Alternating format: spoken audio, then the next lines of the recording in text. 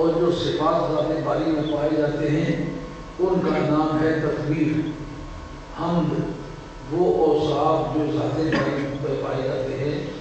ساری تعریفیں اس اللہ کے لیے ہیں جو جہانوں کا پالنے والا ہے. سبحان اللہ. یہی تذکیہ اور ساتھ بتایا کہ وہ کون سی صفت ہے جس کی وجہ سے اللہ کی ہم روزے کا جہانوں کا پالنے والا ہے. سبحان اللہ. یہ صفت ذات باری میں پائی جاتی ہے. الرحمن الرحیم یہ صرف اللہ میں پائی جاتی ہے، وہ رحمان دونوں جہانوں میں ہے اور رحیم اس جہان میں ہے۔ اسی لیے آپ رحیم کا لفظ کسی مخلوق کے لیے بول سکتے ہیں، رحمان کا لفظ جو ہے وہ کسی مخلوق کے لیے بول سکتے ہیں، ذات باری تعالیٰ کے خصوصیات میں سے ہے۔ تو فسبح بحمد ربک، تو پروردگار کی تسبیح بھی بیان کر، اس کی حمد بھی بیان کر، جو شانیں اس کی لائق نہیں ہیں ان کا درد کر، کیونکہ کفار مکہ نے لاکھوں کی تعداد میں خدا کے شریک بنا رکھے تھے۔ 360 جو گنتی ہے یہ ان کی ہے جو کعبے کے اندر رکھے ہوئے تھے، سب بن جاتے تھے، آٹے کے چلے جاتے تھے اور ہر وقت دور دور سے استنجا بھی کر لیتے تھے اور ان کو خدا بھی سمجھ لیتے تھے، تو ان کی تعداد جو ہے وہ غیر محدود ہے۔ کہ خدا کے بارے میں جس وقت نبی کی تعلیمات بھی نہ ہو تو آدمی ہر گھٹیا سے گھٹیا کرتا ہے۔ نبی ایک ایسی ذات ہوتی ہے، رسول ایک ایسی ذات ہوتی ہے جو رب کی رضا کا ترجمہ کرتی ہے۔ سبحان اللہ۔ چلے تو بندے کی زندگی صحت مند ہوتی ہے، بندے کا عمل صحت مند ہوتا ہے، اس سے ہٹ کے کوئی کام کرے تو اللہ تعالیٰ کی رضا کے خلاف ہوتا ہے اور انسانیت کے معیار سے گری ہوئی بات۔ تو اس لیے کہا تو وہ باتیں بتا جو اللہ تعالیٰ کی شان کے لائق نہیں ہے، اس کے ان شانوں کی نفی کر بحمد ربک، اور پروردگار کی حمد کے ساتھ، یعنی جس طرح تو یہ بیان کرے گا یہ اللہ کی شان کے لائق نہیں ہے، یہ اللہ میں نہیں پائی، تو یہ بتانا ہوگا یہ شان اللہ میں پائی جاتی ہے۔ ان دونوں باتوں کا اظہار تو کر سکتا ہے، واستغفر، اور اپنی امت کی مغفرت کے لیے بارگاہ خداوندی میں دعا کر، وہ کان توابا، بے شک وہ بہت توبہ قبول کرنے والا مہربان ہے۔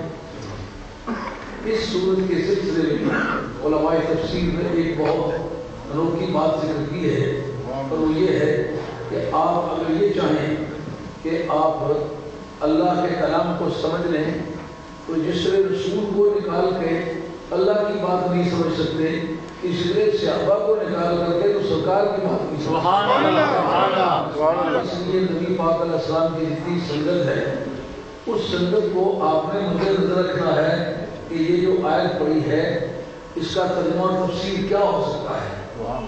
آپ کہیں گے وہ جو عربی ہم لوگ نہیں جانتے، ہم لوگ نہیں جانتے نا، عرب تو جانتے تھے، تو عربوں کو تو پھر پڑھانے کی ضرورت پیش نہ تھی، لیکن نبی کا مین فنکشن کا وہ جو علم الکتابہ، نبی کا بنیادی کردار یہ ہے، اس کی ڈیوٹی یہ ہے کہ وہ تمہیں قرآن سکھاتا ہے۔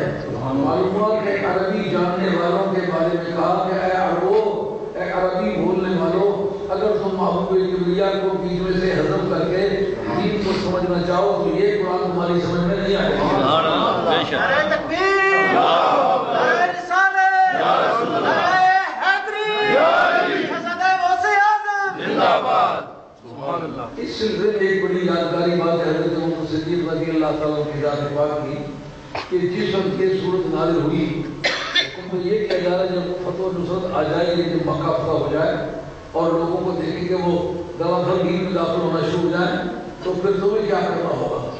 یہ فارمولہ مکے کا نام برسبیل اتفاق ہے، اس کی فتح کا نام برسبیل اتفاق ہے، بائی چانس ان کا نام آ گیا ہے، بائی چانس شاید نزول میں یہ بات بحث میں آ گئی ہے، وگرنہ اصل بات یہ ہے کہ جب بھی کبھی خدا کی کوئی نعمت ملے تو تمہیں اس وقت اللہ کی بارگاہ میں جھکنا چاہیے۔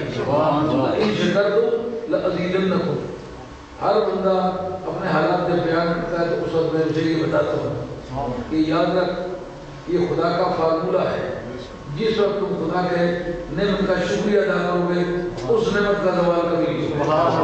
ان شکرتم، اگر تم زوالی نعمت سے بچنا چاہتے ہو، صحت اچھی ہے، صحت کا شکریہ ادا کرو، فالتو نمازیں پڑھو، فالتو ذکر الہی کرو، وقت ملے تو قرآن مجید پڑھو اور کوئی دین کا کام کرو، یہ تمہارا اپنی صحت ہے، شکریہ ہے۔ مالی علامت سے ہوں راہ مولا میں خرچ کرو، تمہارا اثر و رسوخ زیادہ ہے، غریبوں مسکینوں یتیموں بے اولاد کے کام آؤ۔ جب تک اس نعمت کا شکریہ ادا کرتے رہو گے جو تمہارے پاس ہے اس وقت تک زوالی نعمت اس والے میں نہیں آئے۔ جب یہ